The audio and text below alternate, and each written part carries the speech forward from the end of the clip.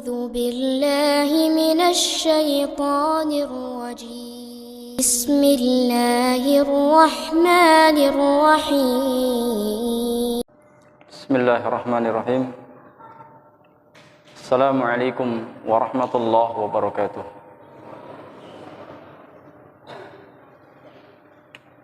الحمد لله وحده والصلاة والسلام على رسول الله وعلى آله ومن والاه أشهد أن لا إله إلا الله وحده لا شريك له وأشهد أن محمدا عبده ورسوله قال تعالى في القرآن العظيم يا أيها الذين آمنوا اتقوا الله حق تقاته ولا تموتن إلا وأنتم مسلمون أما بعد فإن أصدق الحديث كتاب الله وخير الهدي هدي محمد صلى الله عليه وسلم وشر الأمور محدثاتها فإن كل محدثات بدعة وكل بدعة ضلالة وكل ضلالة في النار. Ma'asyiral hadirin, jamaah yang dimuliakan Allah Ta'ala, mari kita luruskan niat untuk thalabul ilmi sekaligus intidharus shalah ba'da shalah, untuk bersama-sama duduk menunggu sholat berikutnya, yaitu sholat isya. Semoga ini menjadi amal soleh yang akan memperberat di timbangan amal kebaikan kita di akhirat nanti. Amin ya mujibas sa'ilin. Jamaah rahimani wa rahimakumullah, kita akan lanjutkan membaca hadis yang kedua dari Al-Arba'in Nawawiyah. Al-haditsu tsani an Umar radhiyallahu ta'ala anhu ma'aidan, dari Umar, semoga meridainya, Allah meridainya. Qala, beliau berkata, bainama nahnu julusun inda Rasulillah sallallahu alaihi wasallam, tatkala kami duduk di sisi Rasulullah sallallahu alaihi wasallam, dzata yaumin, pada suatu hari, ittala alaina rajulun syadidu bayadits thiyabi, tiba-tiba muncullah kepada kami seorang laki-laki yang pakaiannya sangat putih, syadidu sawadi sya'ri, rambutnya hitam kelam. Ada yang mengatakan maksud rambut di sini adalah rambut lihyah, jenggotnya. La yura alai atharus safari, tidak terlihat padanya bekas-bekas safar. Wala ya'rifuhu minna ahadun, dan tidak ada seorang pun dari kami yang mengenalinya. Hatta jalasa ila Nabi sallallahu alaihi wasallam, hingga laki-laki ini duduk menghadap Nabi sallallahu alaihi wasallam. Fa asnada rukbatayhi ila rukbatayhi, lalu dia pun menempelkan kedua lututnya kepada dua lututnya Nabi sallallahu alaihi wasallam. Wa wada'a kaffaihi ala fakhidaihi, dan meletakkan kedua telapak tangannya di atas kedua pahanya. Wa qala, sambil berkata, ya Muhammad, akhbirni 'anil Islam. Wahai Muhammad, beritahukan kepadaku tentang Islam. Faqala Rasulullah sallallahu alaihi wasallam.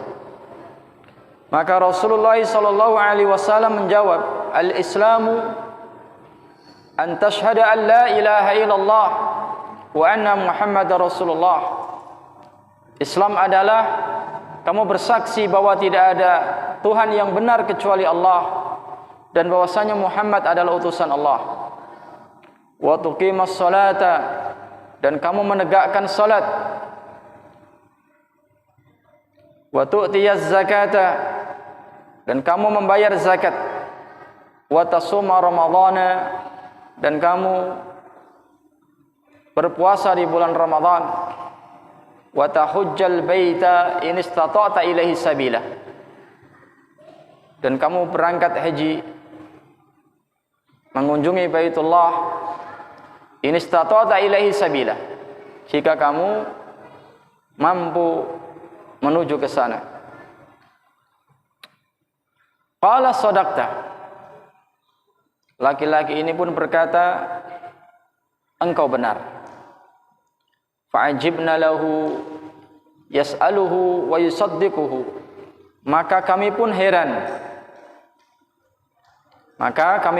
padanya. Dia bertanya dan membenarkan jawabannya. Qala fa akhbirni 'anil iman. Laki-laki ini pun bertanya lagi, beritahukan padaku tentang iman. Qala an tu'mina billahi wa malaikatihi wa kutubihi wa rusulihi wal yawmil akhir wa tu'mina bil qadari khairihi wa syarrihi. Maka Nabi sallallahu alaihi wasallam menjawab, iman adalah kamu beriman kepada Allah, kepada malaikat-malaikatnya, kitab-kitabnya, para rasulnya, dan hari akhir, dan kamu beriman kepada takdir yang baik dan yang buruk. Qala sadaqta, maka laki-laki ini mengatakan kamu benar. Qala fa akhbirni 'anil ihsan, lalu dia pun bertanya lagi, beritahukan padaku tentang ihsan. Qala, maka Nabi menjawab, an ta'budallaha ka'annaka tarahu fa in lam takun tarahu fa innahu yarak. Kamu beribadah kepada Allah seakan-akan kamu melihatnya. Maka jika kamu tidak melihatnya, maka sesungguhnya dia melihatmu. Qala fa akhbirni 'anis sa'ah. Dia pun bertanya lagi, beritahukan padaku tentang hari kiamat. Qala, Nabi menjawab, mal mas'ulu anha bi'a'lama minas sa'ili. Tidaklah yang ditanya tentangnya, tentang hari kiamat, lebih mengetahui daripada yang bertanya. Qala fa akhbirni an amaratiha. Laki-laki ini bertanya lagi, beritahukan padaku tentang tanda-tandanya, tentang alamatnya, amarahnya. Qala, maka Nabi sallallahu alaihi wasallam menjawab, antalidal amatu rabbataha. Apabila budak perempuan melahirkan tuannya. Wa antaral hufatal uratal alata ri'asyai yatatawwaluna fil bunyan. Dan kamu melihat orang-orang yang tidak beralas kaki, kemudian berpakaian yang al-urah, compang-camping, al-alata, yang miskin, riasyai, dan dia profesinya adalah menggembala kambing. Ria' jamak dari ra'id.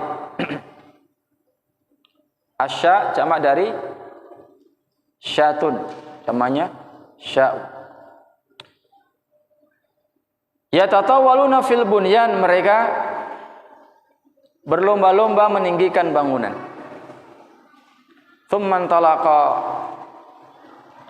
kemudian laki-laki ini pun pergi.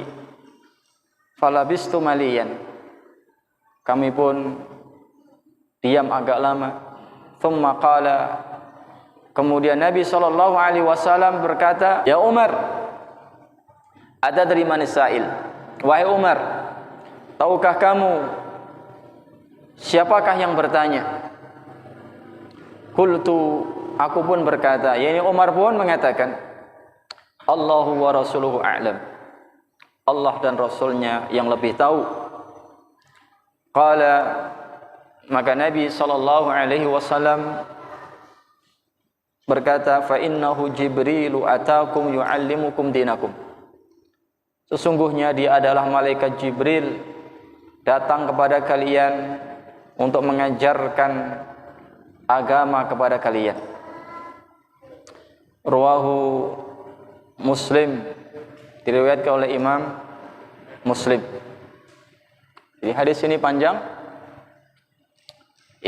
Hadis yang sangat penting sekali, merupakan haditsun azim yang menjelaskan tentang ad-din, maratibuddin, ya, tingkatan ad-din, agama. Dimulai yang paling rendah, yaitu Islam, naik lagi tingkatannya itu iman, naik lagi yaitu ihsan. Bahkan ada ulama yang mengatakan, seperti Imam Al-Qurtubi rahimahullah ta'ala menyebutkan bahwa hadis ini bisa dikatakan sebagai ummul hadis atau ummus sunnah. Sebagaimana Al-Fatihah disebut ummul Quran. Al-Fatihah dikenal dengan ummul Quran, induknya Al-Quran. Karena semua ayat, semua surat itu kembalinya kepada Al-Fatihah. Jadi surat dan ayat yang lain itu syarahnya, penjelasannya, intinya itu di Al-Fatihah. Demikian juga hadis ini disebut ummus sunnah atau ummul hadis, induknya hadis, di mana seluruh hadis ini merupakan penjelas daripada hadis ini. Karena hadis ini menjelaskan tentang Islam. Rukunnya ada 5. Syahadat, salat, zakat, puasa, haji. Menjelaskan tentang iman. Ada 6. Menjelaskan tentang tanda hari kiamat. Yang mana kalau kita perhatikan seluruhnya ini mengerucut pada hadis ini. Bahkan dikatakan semua ilmu ini kembalinya kepada hadis ini. Ilmu syariah ini semuanya kembali kepada hadis ini. Dikatakan oleh Al-Qadhi Iyad rahimahullah ta'ala, beliau mengatakan hatta inna ulum asy-syariah kulliha raji'atun ilaihi, bahwa ilmu syariah ini semuanya adalah kembalinya kepada hadis ini. Kita lihat bab akidah, di sini terangkan tentang rukun iman. Iman kepada Allah, kepada para malaikat, ini secara global kepada kitab, kepada para rasul, iman kepada hari kiamat nanti penjelasannya panjang juga, dimulai dari fitnatul qabri, kemudian penjelasan di alam kubur, seterusnya di yaumul ba'tsi, kebangkitan, seterusnya adalah di mahsyar, seterusnya adalah nanti di hisab, mizan, sirat, seterusnya sampai surga neraka. Panjang. Pembahasan tentang iman pada takdir, ini juga pembahasan panjang. Semua ilmu syariah kembali kepada hadis ini. Kita bicara misalnya ilmu akidah, kembali kepada hadis ini, menjelaskan tentang rukun iman. Berkaitan dengan ibadah, di situ ada rukun Islam, tentang salat, zakat, puasa, haji. Kemudian tentang tazkiyatun nafs, raqaiq, tentang kelembutan hati, hubungan kepada Allah Ta'ala yang lebih khusus, dibahas tentang ihsan, ya, tentang akhlak, ya, dibahas dalam ihsan. Sehingga tidak salah apabila ya ada ulama mengatakan seluruh ilmu syariah ini rujuknya adalah kembalinya kepada hadis ini. Ya. Sebagaimana dikatakan oleh Al-Qadhi Iyad dan juga Ibnu Rajab,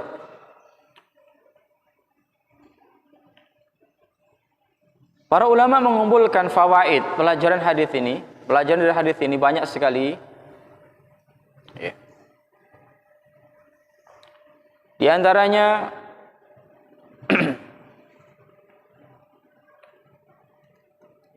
tentang adab di dalam ya, menghadiri majelis ilmu. Ya. Diambil pelajaran dari hadis ini. Ya. Dalam hal ini disebutkan bahwa datang seorang laki-laki yang ternyata ini adalah malaikat Jibril. Dengan insya Allah bisa berubah wujud seorang laki-laki. Dan kebanyakannya itu ya berubah wujud dengan rupa seorang sahabat yang tampan, yang gagah pada masanya, pada waktu itu, yaitu Dihyah Al-Kalbi. Seringnya malaikat Jibril itu kalau berubah wujud ya, itu memilih ya wujudnya Dihyah Al-Kalbi, seorang sahabat yang tampan dan yang gagah. Ya. Di sini diterangkan bahwa rajul laki-laki ini datang kepada Nabi sallallahu alaihi wasallam dengan memakai pakaian yang putih bersih. Maka hendaknya ketika menghadiri majelis ilmu, dia mempersiapkan diri. Di antaranya yang dia kenakan, dia pakai adalah pakaian yang baik, yang bagus. Pakai minyak wangi. Ya. Ini. Apalagi majelis ilmunya adalah di masjid. Yang secara umum Allah perintahkan khudhu zinatakum inda kulli masjid. Pakailah perhiasan kamu. Perhiasan zinah di sini maknanya adalah perhiasan yang dimaksud pakaian. Setiap kali kamu masuk masjid. Ya, lebih khusus adalah ketika salat. Ini, maka perhatikan pakaian kita ketika hendak datang ke masjid, ke majelis ilmu, tentu berbeda dengan pakaian untuk kita tidur, pakaian untuk santai, pakaian untuk di luar. Ya. Jadi kepantasannya harus kita perhatikan. Ya. Dari mana kita mengambil pelajaran ini? Dari ya, syadidu bayadith thiyab. Ya. Memakai pakaian yang sangat putih bersih. Syadidu sawadi sya'ri. Rambutnya juga atau ya, jenggotnya ini hitam kelam. Juga merupakan adab dalam thalabul ilm. Ini mendekat kepada ya, kepada seorang alim yang mengajarkan ilmu. Tidak menjauh. Ya. Dari mana bisa kita ambil pelajaran ini? Maka perhatikan laki-laki ini yang tidak lain adalah malaikat Jibril yang sudah berubah wujud seorang laki-laki. Ya. Fa asnada rukbatayhi ila rukbatayhi. Laki-laki ini duduk menghadap Nabi sallallahu alaihi wasallam dengan penuh adab, lalu menempelkan lututnya dengan lututnya Nabi sallallahu alaihi wasallam. Ibarat seorang murid di hadapan seorang guru. Bahkan wa wadha'a kafai ala fakhidaihi, meletakkan kedua telapak tangannya di atas pahanya. Ada dua keterangan di sini. Laki-laki ini meletakkan dua telapak tangannya di kedua pahanya. Paha siapa di sini? Ada yang mengatakan paha laki-laki ini sendiri. Ya barangkali, ya, kalau mungkin bisa diinikan, Ya. Bisa jadi duduknya adalah duduk seperti tasyahud, ya, atau duduk murabba ya seperti sila, ya. Tidak ada penjelasan di sini, tapi intinya adalah lututnya, ya, menempel pada lututnya Nabi. Lalu kedua tangannya ini bisa maknanya adalah ala fakhidaihi, berada di atas pahanya dia, yaitu seperti ini. Sebagaimana seorang murid di hadapan gurunya seperti ini. Duduk kedua tangannya, telapak tangannya ada di, ya. Karena tidak mungkin kalau belajar kepada guru, lututnya nempel dengan lutut gurunya, kedua telapaknya ada di sini, ngantuk, itu kan tidak mungkin. Ya tidak. Ya. Mau main HP ya tidak mungkin. Ya, dan seterusnya. Menunjukkan ini adab. Seperti ini. Ada yang menafsirkan adalah kedua telapak tangan ini ditempelkan, diletakkan di kedua pahanya Nabi sallallahu alaihi wasallam. Ya.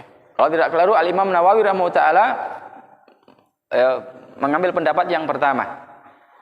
Yaitu laki-laki ini meletakkan dua telapak tangannya di pahanya laki-laki tersebut. Ya. Ibnu Hajar Asqalani lebih memilih pendapat yang kedua, yaitu meletakkan di dua pahanya Nabi Shallallahu Alaihi Wasallam. Ala kulli hal, maksudnya ini menunjukkan adabnya seseorang di hadapan gurunya. Dan tentunya hal ini lebih lebih membantu untuk konsentrasi, membantu untuk bisa memahami apa yang disampaikan oleh seorang guru. Ya, kalau misalnya duduknya jauh di sana, ya, yang mungkin konsentrasinya, ya, tidak sebaik ketika duduk di hadapan guru.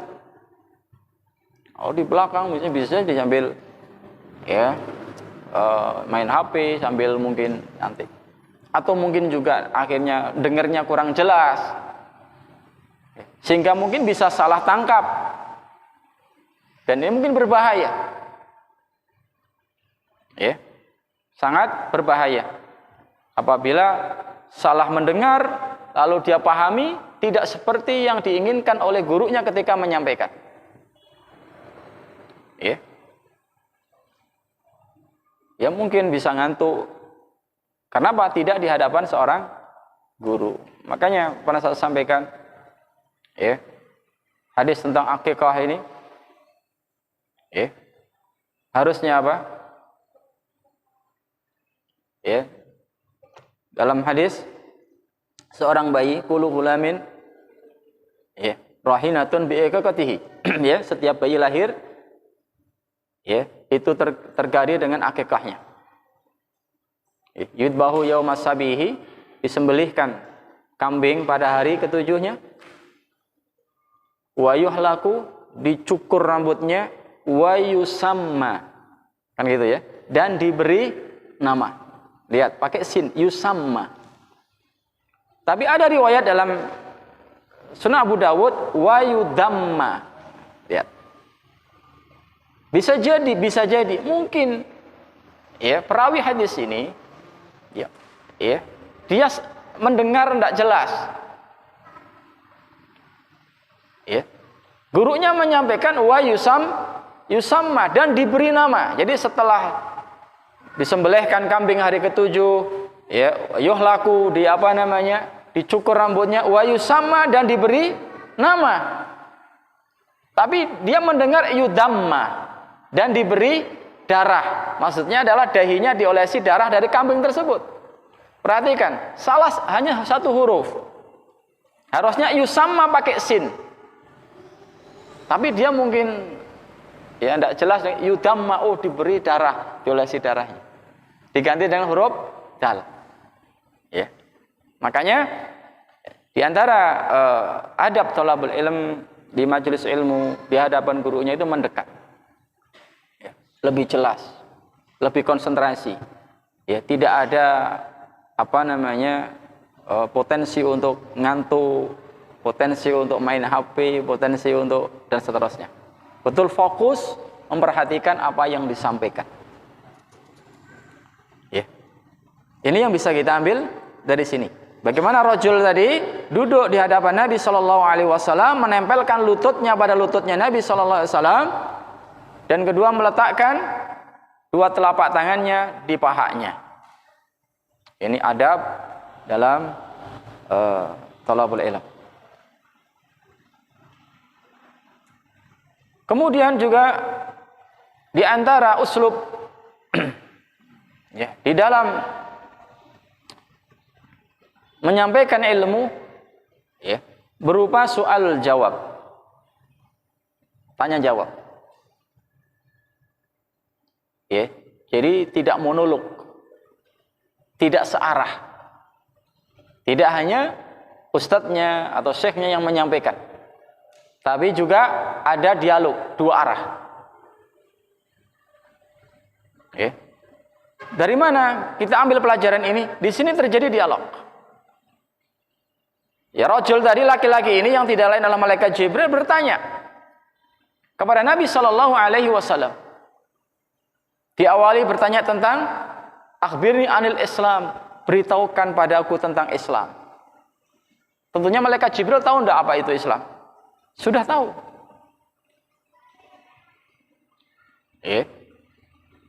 Dijawab dengan rukun Islam. Bertanya lagi tentang iman, dijawab dengan rukun iman. Bertanya lagi tentang ihsan, dijawab tentang ihsan. Engkau beribadah kepada Allah seakan-akan engkau melihatnya. Ya, jika tidak, sungguhnya Allah melihatmu. Ini dialog. Maka di akhir daripada hadis ini apa? Umar ditanya oleh Nabi sallallahu alaihi wasallam, tahukah kamu wahai Umar siapa yang bertanya tadi? Umar tidak tahu, maka dijawab Allah dan Rasulnya lebih tahu. Lalu Nabi mengatakan, fa innahu Jibril atakum yu'allimukum dinakum. Itu malaikat Jibril yang ngajari agama pada kalian. Lihat, yang mengajari agama pada kalian. Metodenya apa, uslubnya? Dengan tanya jawab. Karena akan hidup dengan tanya jawab itu. Kadang-kala melontarkan pertanyaan, nanti ya jamaah atau mungkin santri atau murid akan ikut berpikir, apa ini? Yang tadinya mungkin tidak ada konsentrasi, ketika dilontarkan pertanyaan, mereka kemudian konsentrasi. Ini merupakan uslub ya, metode cara di dalam tarbiyah, pendidikan, khususnya adalah dalam taklim, menyampaikan ilmu. Dan ini pun dipakai oleh Nabi sallallahu alaihi wasallam. Banyak kalau kita perhatikan hadis-hadis Nabi sallallahu alaihi wasallam mengawali dengan tanya jawab. Nabi sallallahu alaihi wasallam mengatakan, bertanya pada para sahabat, atadruna manil muflis? Tahukah kalian siapa itu orang yang bangkrut? Nabi melontarkan pertanyaan supaya para sahabat ini fokus, konsentrasi, berpikir siapa ini. Maka para sahabat jawab, al-muflis indana man laisa lahu dinar wala dirham. Orang bangkrut itu menurut kami ya orang yang tidak punya dinar dan dirham. Dan ini jawaban yang lumrah. Sebagaimana kalau antum ditanya siapa orang bangkrut, ya modalnya habis, duitnya habis kan gitu. Jawaban ini salah atau benar? Benar. Tapi Nabi kemudian mengatakan, bukan itu yang aku maksudkan. Tapi benar bahwa orang yang kehabisan modal, uangnya hilang, itu ya bangkrut. Tidak salah. Tapi Nabi SAW mengatakan, bukan itu yang aku maksudkan. Lalu beliau menjelaskan. Kan ini ibarat pancingan. Melontarkan sebuah pertanyaan supaya mau berpikir, fokus, konsentrasi. Ini uslub yang hendaknya dipakai di dalam kegiatan belajar mengajar. Setelah itu baru Nabi menjelaskan, orang muflis bangkrut itu adalah ya kana yusolli, ada orang yang dulunya rajin salat, wa yasum, berpuasa, mereka juga bersedekah, Walakin ya syatama hadza dzaraba hadza, ya, dia banyak mencela, menghina, memukul, mungkin mengambil hartanya orang.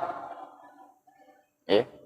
Lalu pahalanya salatnya, pahalanya puasa, sedekah itu diambil, diberikan kepada orang yang dizaliminya.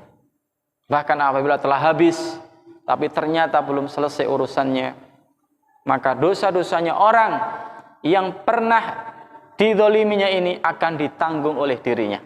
Nauzubillah min dzalik. Tapi yang kita maksudkan apa? Awal beliau ingin menyampaikan itu, ya, inti pesannya kan di situ, ingin mengajari sahabat jangan kamu itu zalim, kan intinya gitu. Ya toh? Jangan kamu zalim sama orang, jangan kamu banyak menghina orang, jaga mulut kamu, kan gitu. Inti pesannya kan gitu. Jangan kamu mukul orang sembarangan, jangan kamu merampas haknya orang, ngambil duitnya orang. Inti pesannya kan begitu. Karena nanti pahala sholat kamu, pahala ya puasa kamu, haji kamu akan hilang. Diambil, diberikan sama orang-orang tadi. Inti pesannya di situ. Tapi sebelumnya apa? Beliau lontarkan dengan pertanyaan. Seakan beliau memberikan kias, analogi. Sebagaimana orang jual beli, ya, bukan dapat untung malah modalnya habis, plus dia nanggung utang, itu kan bangkrut. Tentu semua orang tidak akan mau gitu. Yo, bisnis sudah modalnya habis, nanggung utang lagi, ya, dan itu bangkrut. Di dunia yang masih ada kemungkinan bisa babat lagi, bangkit lagi, kan gitu. Tapi kalau di akhirat sudah, dia mau apa lagi? Waliyadzubillah. Inti pesannya di situ. Ya. Jadi ini merupakan uslub di dalam ya, mengajar. Ya. Dan di sini malaikat Jibril mengajarkan dengan melontarkan pertanyaan pada Nabi sallallahu alaihi wasallam, "Akhbirni anil Islam." Beritahukan padaku tentang Islam, dan seterusnya. Ya. Maka Bapak Ibu yang dimuliakan Allah taala, hakikatnya setiap orang tua adalah guru. Sehingga ketika akan memasukkan, kita punya inti pesannya apa akan kita sampaikan pada anak kita.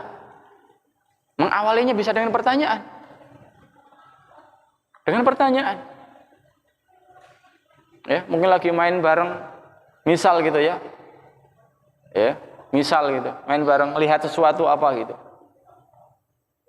Ya, mungkin main ke pantai gitu. Kok air laut asin? Siapa yang nguyahi gitu? Misalnya kan gitu. Siapa yang membuat air laut itu asin? Ini kan pertanyaan. Dia mulai berpikir. Ya, mungkin diajari gurunya proses ini dan itu kan. Kita kembalikan ke akidah. Itu semua Allah Ta'ala yang telah ya, mengatur dan ciptakannya. Ya. Mungkin main di pekarangan, ya, ada putri malu nguncup, setiap gerak nguncup, ya, dia tanya, kenapa ini bisa nguncup? Ketika mungkin dia jawab dengan jawaban ya dari gurunya ketika sekolah, karena ini merupakan istilahnya pekat terhadap rangsangan, kan gitu, termasuk ciri makhluk hidup. Ini kan bahasa IPA-nya kan gitu, yang diajari gurunya. Kita bisa masuk ke dalam akidah. Ini Allah Ta'ala yang menentukan. Dan seterusnya dan seterusnya. Ya. Jadi ya, boleh kita mempraktekkan hal ini terhadap anak-anak kita. Apalagi antum mungkin ada sebagai guru, ya, selalu arahkan kepada akidah. Arahkan pada akidah. Ya, karena Nabi Shallallahu Alaihi Wasallam dalam semua keadaan selalu mengarahkan ke situ. Hatta itu pada bab fikih itu selalu diarahkan pada akidah. Contoh misalnya, ketika cuaca sangat panas, ya, musim kemarau, musim panas sekali, ya, sangat terik, ya, maka Nabi Shallallahu Alaihi Wasallam memerintahkan para sahabat untuk menunda sholat zuhur.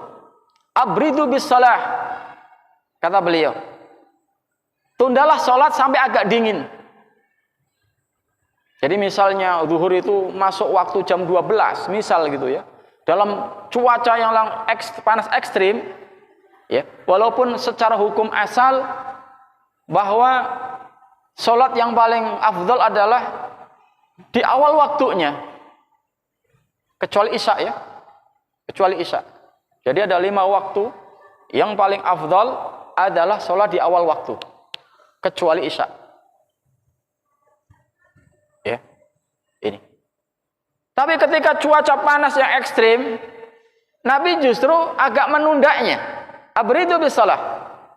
Tundalah sholat zuhur sampai agak dingin. Matahari agak geser ke barat. Ya barangkali kalau mungkin jam kita ya, mungkin zuhurnya jam 12, mungkin digeser sholatnya jam 1. Sholat jamaahnya agak terlalu panas. Lalu apa? Nabi SAW mengatakan, ini kan bab fikih ya, bab fikih. Maka Nabi SAW mengaitkan dengan akidah. Ya, karena sungguhnya ya, panasnya ini, uap panasnya adalah dari uap panas nafasnya neraka jahanam. Ini kan mengajarkan pada para sahabat. Walaupun konteksnya, inti pesannya adalah di situ bab fikih. Dianjurkan kalau dalam cuaca panas yang ekstrim, disunahkan zuhur itu ya, tidak di awal waktu agar ditunda. Inti pesannya di situ. Tapi di situ beliau sisipkan bab akidah. Loh, kalau uap panasnya seperti ini baru hembusan napasnya jahanam itu seperti ini. Apalagi pas di neraka jahanam seperti apa? Antum bisa tahan berdiri di padang pasir, atau kalau di sekitar tidak ada padang pasir, di aspal gitu. Pas ya di waktu zuhur. Kita panasan jelas. Apalagi di cuaca yang panasnya ekstrim. Itu baru hembusan. Dan jaraknya itu jauh. Dunia ini dengan jahanam. Itu seperti itu. Ya, apalagi di neraka jahanamnya. Wal'idzubillah. Ya, ini.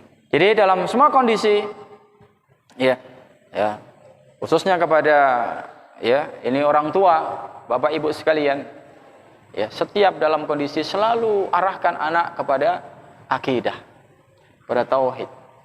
Melihat sesuatu, ya, arahkan. Kenapa seperti ini? Kenapa seperti ini? Ya, sehingga anak ini tumbuh selalu, ya, dengan akidah.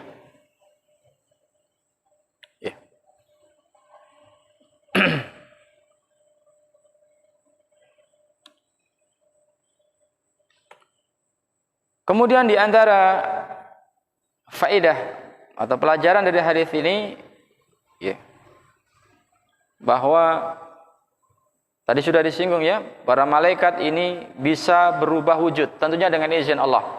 Berubah wujud menjadi seorang laki-laki.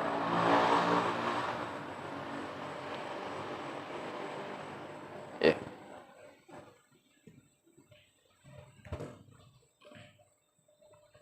Kemudian hadis ini menjelaskan fihi bayanul arkanil islamil khamsah, menjelaskan tentang rukun Islam ada 5.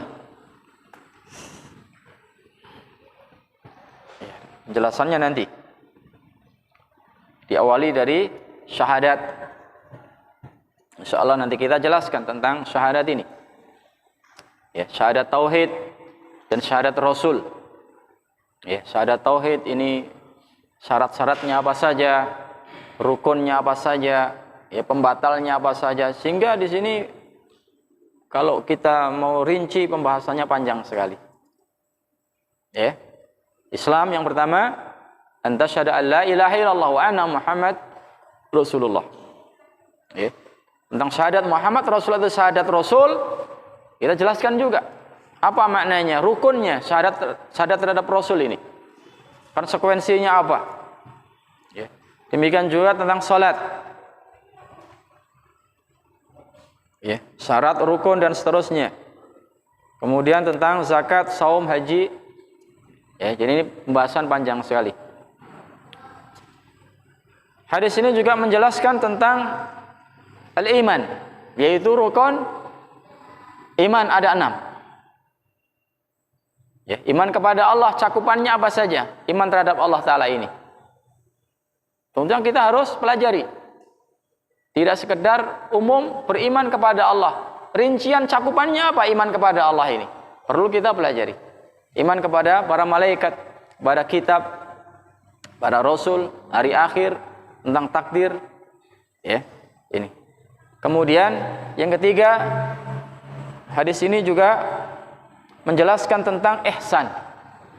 Dan ini tingkatan tertinggi. Ya, tingkatan tertinggi. Setiap orang yang ihsan orangnya namanya muhsin. Kita awali ya.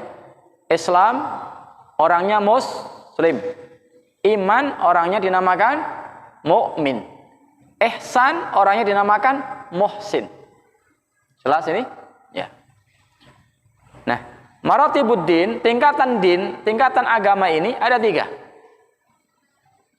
Maka lihat akhir hadis ini, fa innahu Jibril atakum yu'allimukum dinakum. Nabi mengatakan, sungguhnya yang datang ini malaikat Jibril untuk mengajari agama kalian. Apa agama kalian ini? Disebutkan tadi. Pertanyaan tentang Islam, kemudian iman, kemudian ihsan. Diawali dari yang umum, lalu khusus, lalu lebih khusus. Sebagaimana Ibnu Katsir ketika menafsirkan di akhir surah Al-Hujurat, beliau mengatakan demikian.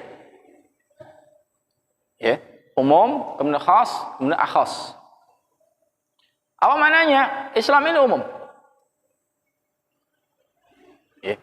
Setiap orang yang muhsin, orang yang ihsan, pasti dia Islam dan iman.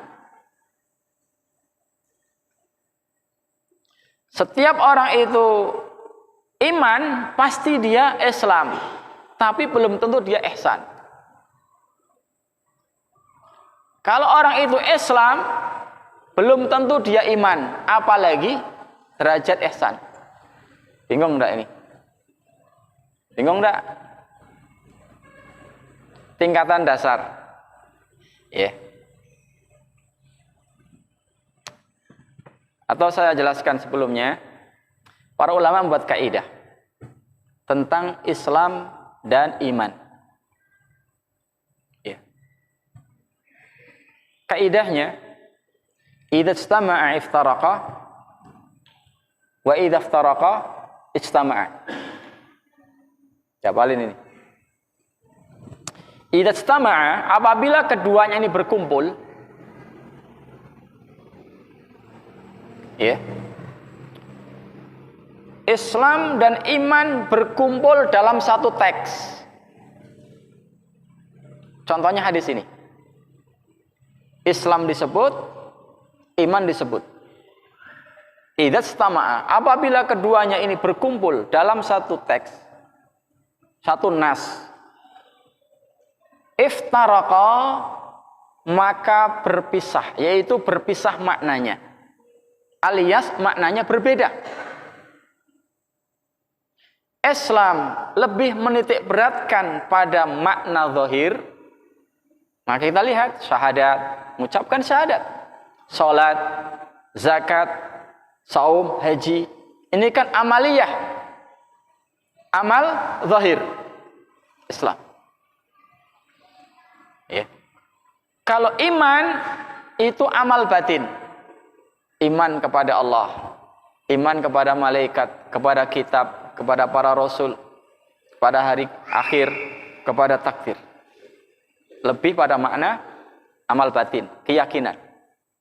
Jadi apabila dua istilah ini idza istama'a, yaitu berkumpul, iftaraqa, maka maknanya berbeda, berpisah, sendiri-sendiri. Islam punya makna yaitu amalan zahir, iman punya makna adalah amal batin. Jelas sampai di sini. Wa idza iftaraqa, kalau dua penamaan ini, dua istilah ini, Islam dan iman ini berpisah, artinya apa? Disebut sendiri saja, disebut Islam saja, istama'a, maka maknanya berkumpul. termasuk mencakup iman. Disebut iman saja maka mencakup makna Islam. Ya. Wala tamutunna illa wa antum muslimun. Janganlah kamu mati kecuali dalam keadaan Islam. Maknanya apa? Dalam keadaan dia memiliki iman dan juga dalam keadaan dia berislam, yaitu mengamalkan amalan Islam. Ya. Ini. Ya. Inna dinna indallahil Islam. Sesungguhnya agama di sisi Allah adalah Islam. Maknanya apa? Iman dan Islam. Disebut sendirian sudah mencakup dua-duanya. Ya. Nah, kalau berpisah maka punya makna tersendiri. Ya. Maka dalam surah Al-Hujurat, sudah masuk Isya belum? Sudah masuk ya? Ya, sedikit lagi. Dalam surah Al-Hujurat ya, Arab Badui ini mengatakan qalatil arabu amanna. Orang-orang Arab Badui mengatakan kami telah beriman. Kami telah beriman. Qul lam tu'minu walakin qulu aslamna walamma yadkhulul imanu fi qulubikum. Katakan, wahai Muhammad, kalian belum beriman. Tapi ucapkanlah kami telah berislam. Ya. Karena iman belum masuk ke dalam hati kalian. Ya.